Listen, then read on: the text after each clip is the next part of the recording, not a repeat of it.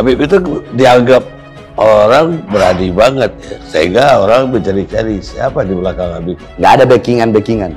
Ini ada yang suruh belakang nih Bohir untuk mengganggu ketentraman. Kenapa yang dipakai Bahar? Habib. Cikeas ada di belakang Bahar bin Smith.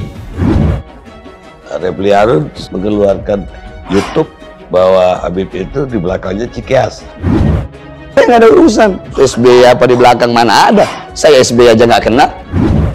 Saya juga mendengarkan statement yang gamblang dari Habib Rizik. Habib Rizik menjunjung tinggi NKRI, Pancasila, kebinekaan. Seberapa dekat Habib sama Cikeas kalau begitu?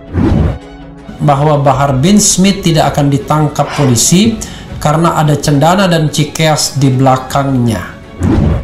Putra mendiang Presiden kedua Soeharto, Hutomo Mandala Putra atau Tommy Soeharto juga hadir dalam acara peringatan hari ulang tahun ke-19 FPI. Tommy duduk di atas panggung bersama sejumlah pimpinan FPI dan tamu undangan lain. Banyak banget pejabat-pejabat yang mau datang, tapi saya tidak mau. Saya tidak mau bukan berarti saya menolak. Saya tidak mau bukan berarti saya menolak. Siapa sih yang sekarang punya kepentingan untuk menekan pemerintah Jokowi? Sebenarnya saya ada kelompok cendana dugaan saya. Kasus misalnya dengan perampasan aset-aset BLBI di Cendana. Satgas BLBI menyita aset milik Tommy Soeharto terkait dengan kasus pengemplang utang BLBI. Aset yang disita oleh Satgas BLBI berbentuk tanah seluas 120 hektar di Karawang. Bahwa Bahar bin Smith tidak akan ditangkap polisi karena ada Cendana dan Cikeas di belakangnya. Dan saya nggak sembarangan menduga, karena kan Haikal Hasan itu kan punya kedekatan dengan warga Cendana. Berapa kali dia demo, nyebut dengan warga Cendana, sumbang warga Cendana dan sebagainya. Nah, yang punya, katakanlah uang, punya kepentingan kan dua kelompok ini, dugaan saya. Akan kita bacakan untuk ayah biologis dan ayah ideologis, karena kita semua yang hadir di sini adalah anak-anak beliau, baik anak-anak biologisnya yang hadir maupun seluruh anak-anak biologisnya yang hadir. Apalagi para pimpinan 212 ini tahu banyak pengusaha yang sekarang sedang kejepit dan butuh bantuan karena sedang ditekan oleh Jokowi dan Satgas BLBI untuk bayar utang. Maka sekarang saudara, tibalah kita untuk rapatkan barisan, kita turun ke jalan lagi saudara. Aneh tahu bagaimana cara turunnya Pak Harto pada waktu itu. Difitnah habis-habisan. Saya dibayar, kami semua dibayar 100 juta rupiah untuk teriak turunkan Soeharto, turunkan Soeharto. Dalam pikiran orang-orang 212 ini adalah proyek. Sayang kesempatan seperti ini kalau dilewatkan. Banyak banget pejabat-pejabat yang mau datang, tapi saya tidak mau. Saya tidak mau bukan berarti saya menolak. Seberapa dekat Habib sama Cikeas kalau begitu? Dan ini penting sekali diucapkan statement yang gamblang dari Habib Rizik agar rakyat kita mendengarkannya secara langsung, karena juga tidak perlu ada Islamofobia di negeri sendiri. Saya menolak keras kalau ada orang mengatakan di Indonesia ini ada Islamofobia. Nah, di Indonesia sekarang tidak ada itu. Pemerintah tidak punya program anti Islam. Sama sejak dulu pemerintahnya ya sholat, ya rajin sholat biasa.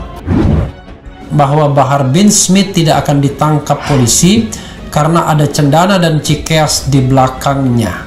Aset Tommy Soeharto, anak mantan Presiden Soeharto yang disita. Tommy dulu meminjam uang sebesar lebih dari 2 triliun rupiah. Uang itu sampai sekarang nggak pernah dikembalikan. Kita tegaskan Anda punya utang kepada negara, ini utangnya, ini buktinya, tolong datang untuk memastikan kapan bayarnya. Kita utang-utang yang sekarang pun kalau ditanya kapan kembalinya, tentunya tidak tahu. Itu ada urusan daripada pemerintahan berikutnya. Di saat pemerintahan Jokowi tegas seperti ini, ada satu kelompok yang mencoba memanfaatkan situasi. Kita siapkan untuk rapat besar, menyusun kekuatan. Turun lagi ke jalan. Turun lagi ke jalan. Kok X212 ini selalu ada buat gerakan di 212 seolah-olah ini sebuah sejarah yang harus tidak boleh dilupakan, dan seolah-olah di situ ada orang-orang yang terzolimi. Bahwa orang-orang ini tidak akan pernah boleh kita biarkan, karena mereka akan melakukan apapun. Mereka akan melakukan apapun, ya. Tujuan menghalalkan cara buat mereka. Dia seperti ingin memberitahu bahwa kami masih ada. Ini kan artinya ditujukan pada siapa? Pada para pelaku politik. Putra mendiang Presiden kedua, Soeharto, Hutomo Mandala Putra atau Tommy Soeharto juga hadir dalam acara peringatan hari ulang tahun ke-19 FPI. Tommy duduk di atas panggung bersama sejumlah pimpinan FPI dan tamu undangan lain. Satgas BLBI yang dibentuk Jokowi nggak mau tahu karena Tommy sudah pernah didudukan dan ditagih, tapi tetap dia nggak mau bayar. Coba kita buktikan dari mana mereka bisa menyatakan itu. Itu untuk menerangkan utang. Anda punya utang, kami punya piutang, benar itu selesai. Tinggal bayarnya bagaimana. Selain tanah, Satgas BLBI juga menyita seluruh aset industri milik putra bungsu mantan Presiden Soeharto ini yang ada di dalam tanah tersebut. Ini udah 22 tahun kan, nggak boleh begitu lagi. Mari kita selesaikan sekarang. Nggak ada nego lagi sekarang. Masa nego terus 22 tahun? Mereka kerahkan TNI dan Polri untuk melaksanakan tugas negara. Ya memang harusnya begitu. Negara nggak boleh kalah sama preman dan ormas, apalagi yang berbaju agama. Kalau bisa, hajar saja mereka karena mengganggu tugas negara. Capek kita sudah ngomong sudah. Tinggal kekuatan kita turun. Jangan sampai lepas momen ini. Jadi kita kembali ke Orde Baru bukan sebuah kehinaan. Justru pada saat itu kita menjadi macan Asia. 80 negara mengusulkan kita sebagai anggota tetap Dewan Keamanan PBB. Pemerintahan Jokowi ini memang nggak main-main, tegas dan bikin banyak elit kepanasan. Ketika dia membentuk Satgas BLBI untuk menagih hutang zaman lalu, itu bukan bagian dari pencitraan, tetapi benar-benar Satgas itu dibentuk dan mulai melakukan penyitaan. Sesuatu yang bisa kita juga lakukan karena nama-nama mereka jelas, perusahaannya mungkin dulu ada, dan oleh karena itu tadi aset tracingnya menjadi penting dan kemudian obligasi atau kewajibannya bisa diidentifikasi. Tommy Soeharto tidak hadir saat dipanggil ke kantor Kementerian Keuangan untuk dimintai tanggung jawab melunasi dana BLBI yang diperoleh pada tahun 1998. Tommy 3 kali sudah tak memenuhi panggilan Satuan Tugas Penanganan Hak Tagih Negara Dana BLBI.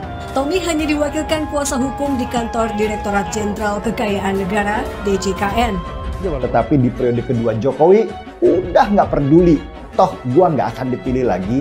Dia langsung bentuk Satgas BLBI dan mulai menjadi debt collector yang menyenangkan. Walaupun namanya tergantung di situ, tapi itu adalah untuk untuk rakyat Indonesia. Adapun Tommy Soeharto hutangnya itu sampai saat ini 2,6 triliun. Jangankan itu, tanyakan 5.000 triliun utang negara ini kapan baliknya? Kapan akan lunas? Akhirnya aset Tommy di Karawang seluas 124 hektar disita. Nilainya sekitar 600 miliar rupiah.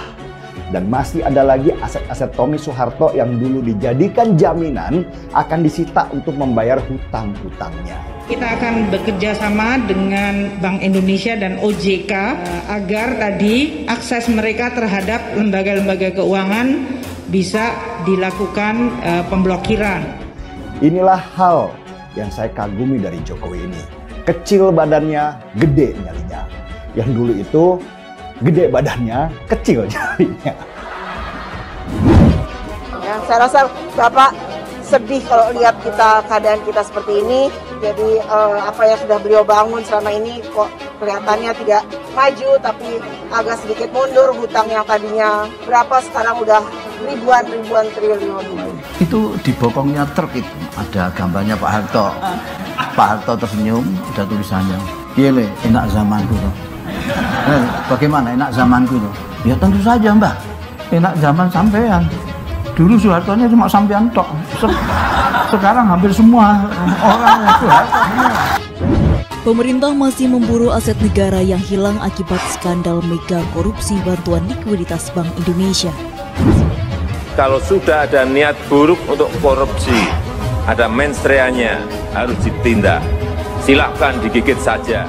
Satgas Bantuan Likuiditas Bank Indonesia memanggil Hutomo Mandala Putra alias Tommy Soeharto. Tommy tidak sendiri. BLBI juga memanggil Roni Hendrarto Rono Wicaksono ke gedung Syafruddin Prawira Negara Kementerian Keuangan pada Kamis 26 Agustus 2021. Pak Harto juga bisa minta ke Yang Maha Kuasa di sana supaya bisa menolong bangsa ini terlepas dari masalah-masalah yang ada yang kita hadapi sekarang. Kebutuhan sehari-hari juga lebih tinggi. Akhirnya dan juga sekolahan juga di universitas juga makin tinggi. Saya ingin tegaskan bahwa pemerintah tidak main-main dalam soal akuntabilitas. Kalau ada niat untuk korupsi, ada mensrea, maka silahkan digigit dengan keras. Uang negara harus diselamatkan, kepercayaan rakyat harus terus kita jaga. 20 tahun reformasi berjalan tidak membuat negara ini menjadi lebih baik. Kesenjangan antara si miskin dan si kaya makin jauh. Ideologi pertumbuhan ekonomi yang ditopang utang luar negeri menjadikan Orde Baru sempat memasuki masa keemasan hingga dijuluki macan Asia.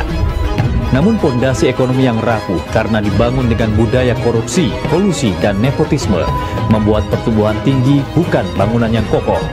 Belum lagi stabilitas politik yang semu karena ditopang pendekatan militeristik.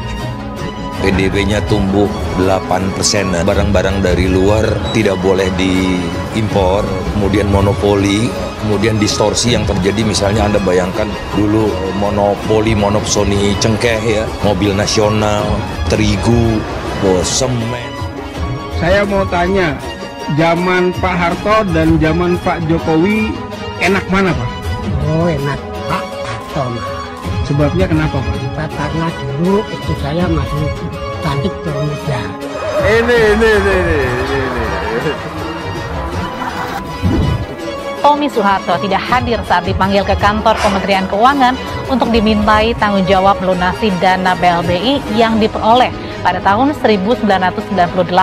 Jika keduanya tidak memenuhi kewajiban penyelesaian hak tagih negara, maka akan dilakukan tindakan sesuai dengan peraturan perundang-undangan. Takut melakukan korupsi bukan hanya terbangun atas ketakutan terhadap denda dan terhadap penjara. Takut melakukan korupsi juga bisa didasarkan pada ketakutan pada sanksi sosial, takut dan malu pada keluarga, pada tetangga, dan kepada Allah Subhanahu wa Ta'ala.